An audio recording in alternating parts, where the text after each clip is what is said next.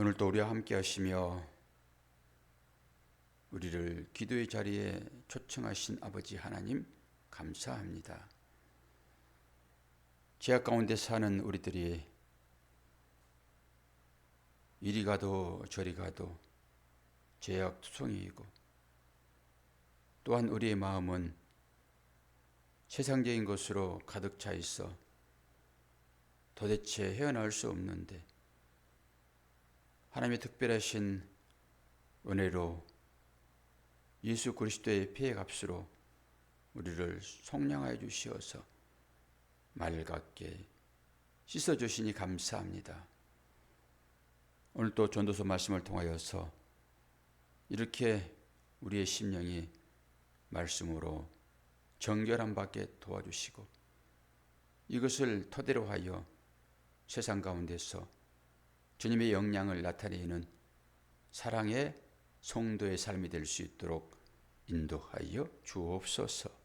예수 그리스도의 이름으로 기도하옵나이다. 아멘. 전도서 5장입니다. 1절로 7절 봅니다.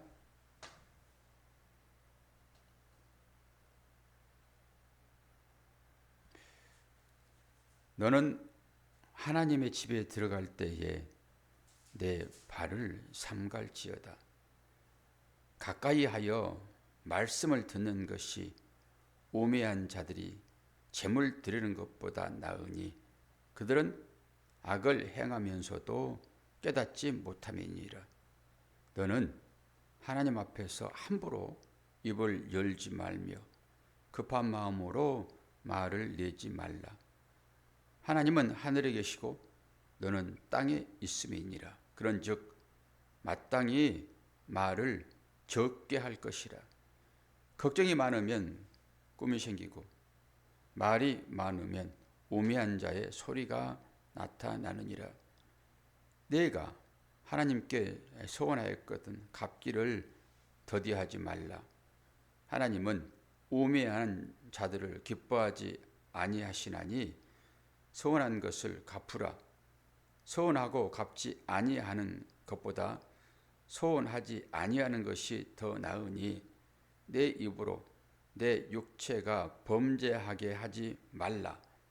사자 앞에서 내가 소원한 것이 실수라고 말하지 말라.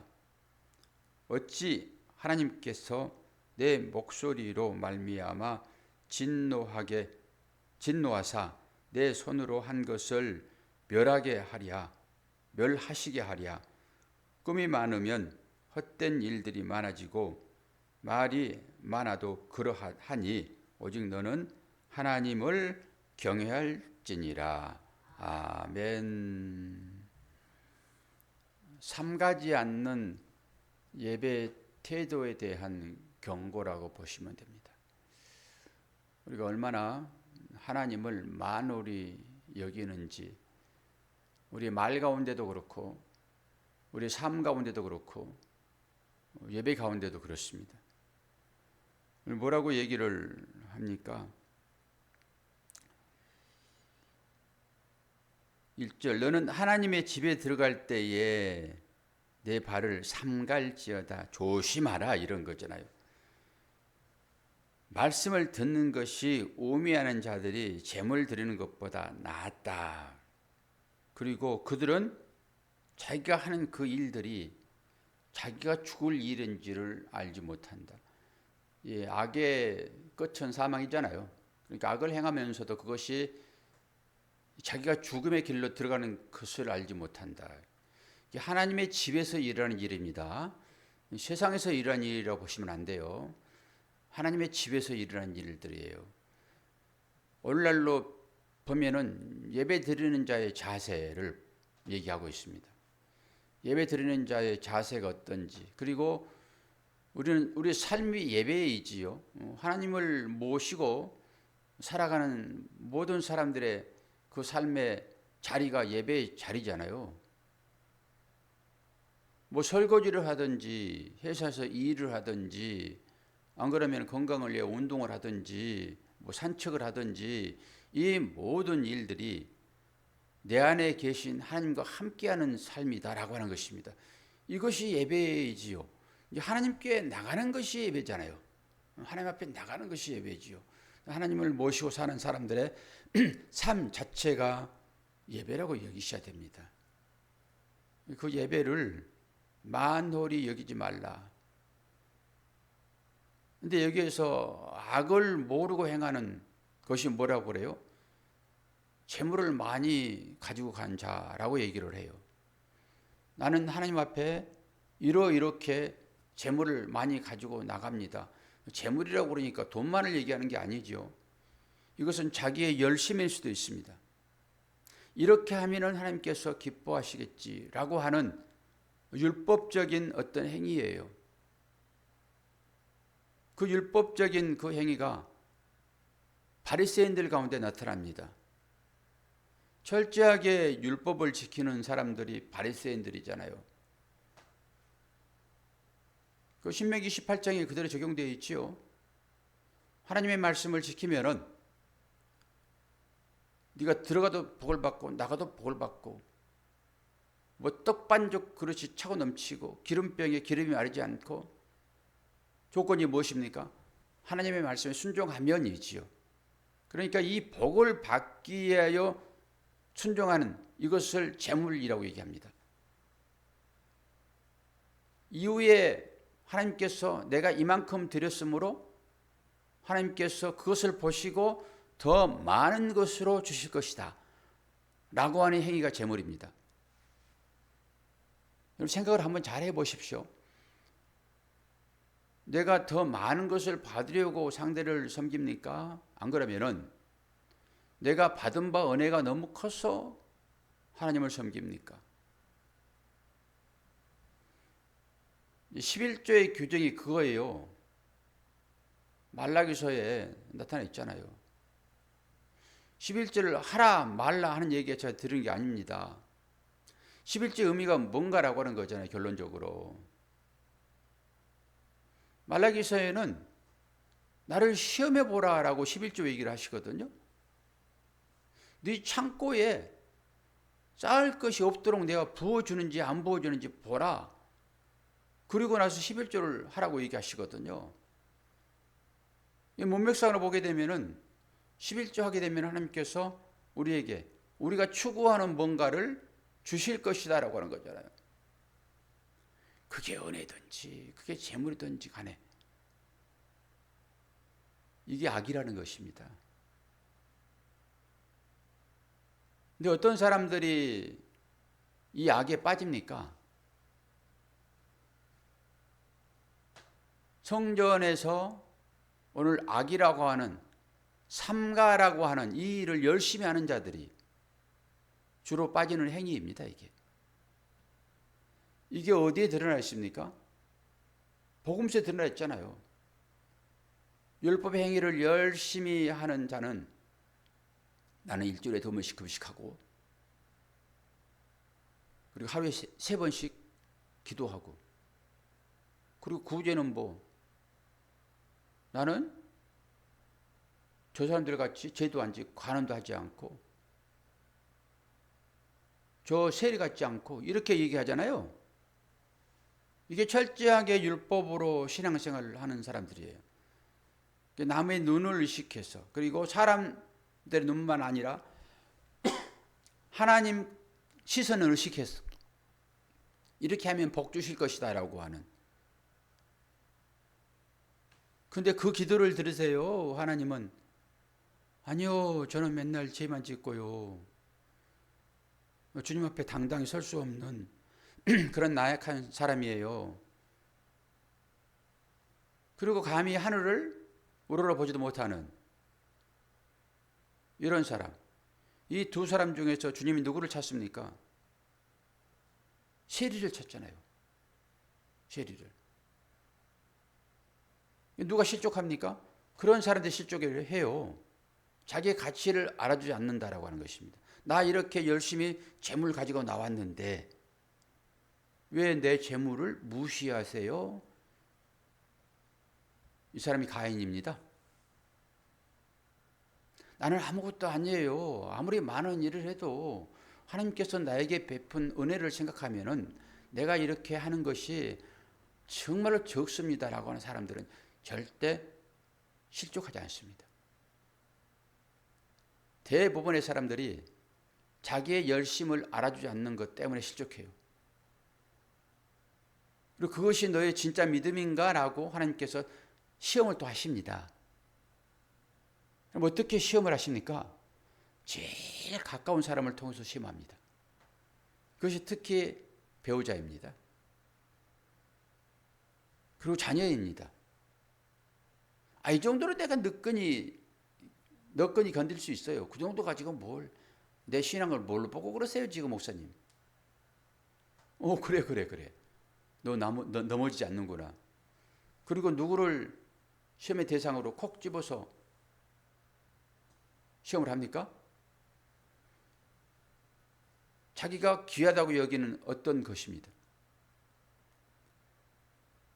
주로 신앙 좋은 사람들은 무엇이 넘어진지 아십니까? 말씀이 넘어집니다. 신기해요. 말씀이 넘어집니다. 하나님께서 그 사람을 시험하는 것입니다. 너 받았다고 네가 스스로 고백하는구나. 아직도 멀었는데. 너 교만이야. 히브리스. 너 그렇게 가면 죽는다. 그리고 시험해 버리는 거예요. 그러면서 그 시험에 넘어져 가지고 깨닫습니다. 보통의 사람들은 다 그런 과정을 겪습니다. 그러고 나서 내가 이 정도였구나라고 본인을 보는 거예요. 자기의 실체를 보는 것입니다. 지금까지 내가 쌓아 올린 그 탑이 나를 위한 바벨탑이었구나. 이걸 깨닫습니다. 그러면서 한 단계 한 단계 믿음이 성장하는 거예요. 처음부터 우뚝 서는 사람이 어디 있습니까? 다 그 넘어짐을 통해 가지고 이렇게 하면 넘어지는 거라, 저렇게 하면 넘어지는 거나, 그렇게 해서 걸어가는 것입니다. 아이들이 걷고 뛰는 것이 그 넘어짐에 계속되는 훈련의 과정을 통해서 가능한 거예요. 처음부터 가만히 누워있다가 벌떡 일어난 아이들이 어디 있습니까? 이 실행생활도 전부 그런 것이에요. 그러니까 좌절하고 낙망하지 마세요. 기다려주고요. 본인도 그러면은 이 과정이 필요했구나, 그렇게 생각하면 되고요. 그 넘어져 있는 사람들을 보면서 그 발로 밟지 마시고 그 과정 중에 있구나, 나도 옛날에는 그랬지, 저 과정을 거쳤지, 이렇게 생각하면 되고, 나는 넘어짐이 한 번도 없어요. 그러면 이제 긴장감을 가지셔야 돼요. 신앙의 형태라는 것은 이렇게 계속 넘어지면서 뛰게 되는구나, 나도 넘어질 때가 오겠네, 준비하죠. 근데 그걸 모르니까 넘어져 가지고 계속 그 자리에 있는 것입니다. 어떤 사람이 그렇다고요? 악을 행하면서도 깨닫지 못하는 사람, 이런 사람이 뭐 많다고 그래요? 재물 드리는 것보다 하나님의 말씀을 중요시해야 되는데, 재물 드리는 그 행위, 그 율법의 행위, 이것에 치우쳐서 신앙생활하는 자들이에요. 그리고 두 번째로 소원이 나오죠. 소원. 4절에 내가 하나님께 소원하였거든 갚기를 더디게 하지 말라. 하나님은 우매하는 자들을 기뻐하지 아니하시나니 소원한 것을 갚으라. 권사님, 소원한 거 갚았어요, 안 갚았어요? 소원한 거 갚았어요, 안 갚았어요? 나 소원 안 했어요, 그러시겠지 뭐. 예. 그러니까 소원이 뭔지를 오늘 이제 봐야 되겠죠. 소원한 것을 갚아야 돼요. 갚지 않으면 죽습니다. 이게 맹세예요. 주님은 맹세하지 말라고 그러잖아요. 왜 맹세하지 말라고 그럴까? 이게 소원인데. 구약에는 계속 소원을 하라고 그러고, 소원을 하면 갚으라고 얘기하죠. 그럼 복을 주겠다 얘기하잖아요. 주님 맹세하지 말라는 거예요. 어떻게 소원을 했습니까? 약한 자들은 큰 것을 가지고 소원합니다. 하나님, 제가 이렇게 하겠습니다. 그러니 저에게 이렇게 해주세요 라고 하거든요. 큰 것을 가지고 맹세해야 합니다. 약자들이 주로 그렇게 맹세를 하죠.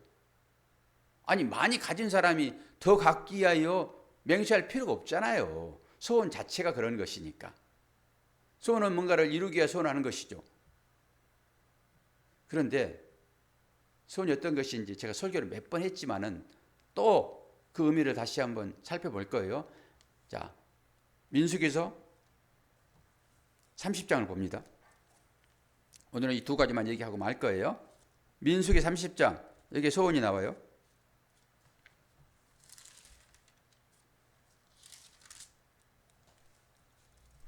일절부터 쭉 여러분들이 다 보셔야 되는데 저는 이제 어디만 볼 것인가 라고 하게 되면은 9절을 볼 거예요.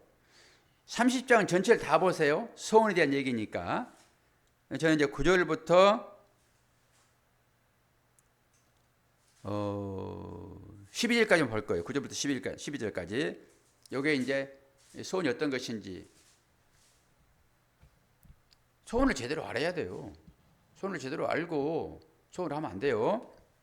알지 못하고 하면 안 돼요. 9절부터 과부나 이혼당한 여자의 소원이나 그가 결심한 모든 서약은 어떻게 하라고 그래요?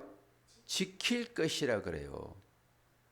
이제 과부나 이혼당한 사람의 영적인 말씀이 어떤 것인지는 여러분 이제 아시죠? 그런 차원에서 이제 보시면 돼요. 그리고 그의 남편이 그것을 이제 90절 과부는 그렇다고 과부나 이혼당한 자는 소원을 꼭 지켜야 되고 부녀 이거 결혼한 사람이죠. 부녀가 혹시 그의 남편의 집에서 소원을 하였든지 결심하고 서약을 하였다 하자. 그의 남편이 그것을 듣고도 아무 말이 없고 금하지 않으면은 그 소원은 다 이행할 것이요. 그 결심한 서약은 다 지킬 것이다. 남편이 보고도 아무 말 안 하면 그렇다는 거예요. 그러나 그의 남편이 그것을 듣는 날에 무효하게 하면 그 소원한 결심한 일에 대하여 입술로 말한 것을 아무것도 이루지 못하나니 그의 남편이 그것을 무효하게 하였은즉 여호와께서 그 부녀를 사하시느니라.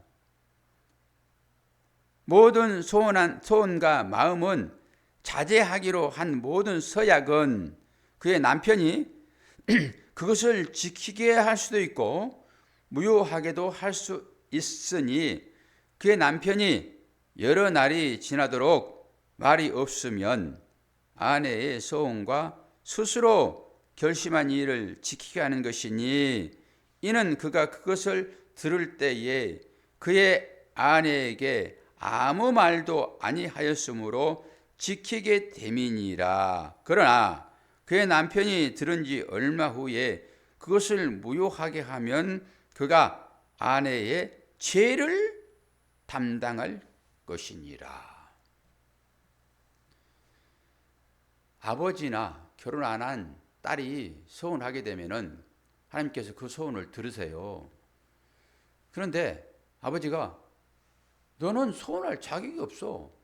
소원은 뭐야? 라고 해버리면은 목이 오늘 안 좋네. 그 소원은 뭐예요?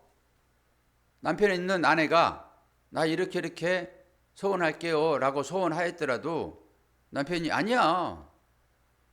당신은 그 소원을 지킬 수 없어 라고 무효시키면은 무효가 돼버리는 거예요. 그럼 그 가치는 없어요. 그러나 남편이 가만히 있어요. 가만히 있게 되면은 그 소원은 유효한 거예요. 그런데 시간이 지나가지고 아이고 이거 무효시켜야 되는데 무효를 시키지 않았네 라고 생각해가지고 이거 무효야? 그렇게 한다 해서 무효되지 않는 것이고 그 소원은 누가 책임지는 거예요? 남편이 책임지는 것입니다.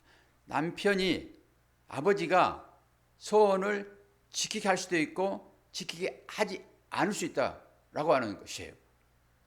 그런데 그것을 무효시키지 않으면은 부부는 일심동체잖아요. 그 남편이 책임지는 것입니다. 여자의 소원은 꼭 지켜야 되는 거예요. 과부나 이혼당한 자, 남편 없는 자가 과부가 이혼당한 자잖아요. 그 소원은 100% 지켜야 되는 거예요. 그래서 지킬 것이다 그러는 거예요. 그런데 이것을 소원을 본인이 지킬 수 있어요, 없어요? 사람은 지킬 수 없는 거예요. 그건 아버지나 남편만 그 소원을 지킬 수 있다고요. 그러면 이 얘기가 뭐예요? 그 소원을 지킬 것이다 라고 하는 것은 뭐예요? 네가 소원했으므로 지키지 못하여 너는 그것 때문에 네가 죽을 것이다. 자기로 돌아와 버리는 것입니다.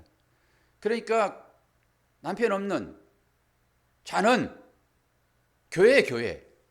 예수를 신부로 둬야 될 교회가 예수를 참 신랑으로 여기지 않고 다른 것을 신랑으로 삼는 우상숭배 교회.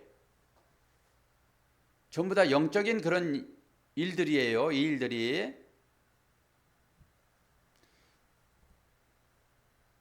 남편이 지켜주는 그 소원을 남편도 없는 과부나 이혼당한 여자가 할 수 없다라고 하는 거예요. 소원은 꼭 지켜야 될 것이기 때문에. 그러니까 세상적인 거 그거 아무 의미 없어요. 세상 약속 같은 거, 언약, 맹세. 주님이 맹세하지 말라라고 하는 거예요. 네가 알지도 못하고 맹세를 하냐 그거. 하늘로도 맹세하지 말고 땅으로도 맹세하지 말아라. 하나님은 하늘에 계시고 인간은 어디에 있어요? 땅에 있다. 전제론적으로 얘기해버리는 거예요. 너희는 땅이야. 생기 부어지지 않으면 흙덩이야. 먼지야 먼지 안개야. 그러나 나는 어디에 있어? 하늘에 있어. 나는. 너희들 어떻게 그 하늘을 두고 맹세해? 땅으로도 맹세하지 말어. 너희들 맹세에 가치가 없어. 그런데 구약은 맹세하라고 얘기를 해요. 소원하라고 얘기를 해요. 그러면서 소원한 것은 꼭 지켜야 된다. 그럼 내가 너에게 복을 줄 것이야 라고 얘기하잖아요. 그 말이 무슨 말이에요? 오늘 15절 그러나 그의 남편이 들은 지 얼마 후에 그것을 무효하게 하면 그가 아내의 죄를 담당할 것이니라. 죽을 수밖에 없는 언약해놓고 맹세해놓고 소원해놓고 죽을 수밖에 없는 그를 대신하여 누가 죽겠다는 거예요 지금. 예수님이 대신 죽겠다는 거예요. 복음 중에 복음이에요. 소원을 해도 지킬 수 없는 사람들에게 소원하라고 하시잖아요 지금 하나님께서. 그럼 뭐예요? 네가 소원하고 그 소원한 것을 지키려고 해봐야지. 다른 얘기로 율법을 주시면서 율법을 지켜라 라고 얘기하는 것은 이 율법을 통해서 복을 주시는 게 참복. 참복이 영생이잖아요. 영을 살 수 있는 것은 예수 그리스도를 믿는 것밖에 없죠. 그래서 예수를 주기 위하여 지키라라고 얘기를 하는 거라고요. 그래서 지켜본 사람만 알아요. 내가 못 지킨다라고 하는 것을. 원수를 사랑해라 말씀이 주어졌으므로 원수를 사랑할 수 있어요 없어요? 없어요. 말 자체가 안 돼요. 성립이 안 되죠. 근데 사랑해보라. 네 생각으로 살지 말고 말씀에 순종하여 살아봐. 그리고 원수를 진짜 사랑해봐. 말씀대로 율법이 요구하는 대로 해봐. 그러면 율법이 요구하는 바가 무엇인지를 알게 돼. 할 수 없는 것을 왜 지키려고 그래요? 그러지 말고. 나는 할 수 없구나 이거. 근데 어떻게 하나님께서 내가 할 수 없는 이 율법을 다 지키셔서, 율법을 지키면 구원 받습니다. 다 지키셔서 그걸 어떻게 네가 했다라고 여겨주시는가? 이 은혜 가운데 들어가라고 율법을 주셨다고요. 그 은혜 가운데 들어가라고 교회 공동체도 주시고, 그 은혜 가운데 들어가라고 가족도 주시고, 때로 지지볶고 살기도 하고, 때는 그게 마음에 안 들어가지고 에이 끝장내자라고 하기도 하고, 이것을 통해서 뭘 보라는 거예요? 참 신랑이신, 참 남편이신 교회의 머리 대신 그 예수를 보라라고 가정을 주시고 교회를 주시고 공동체를 주셨다고요. 그래서 소원을 해보는 것입니다.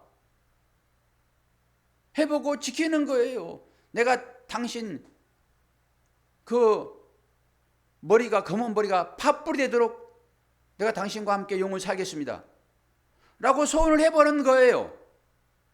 근데 그게 돼요 안 돼요?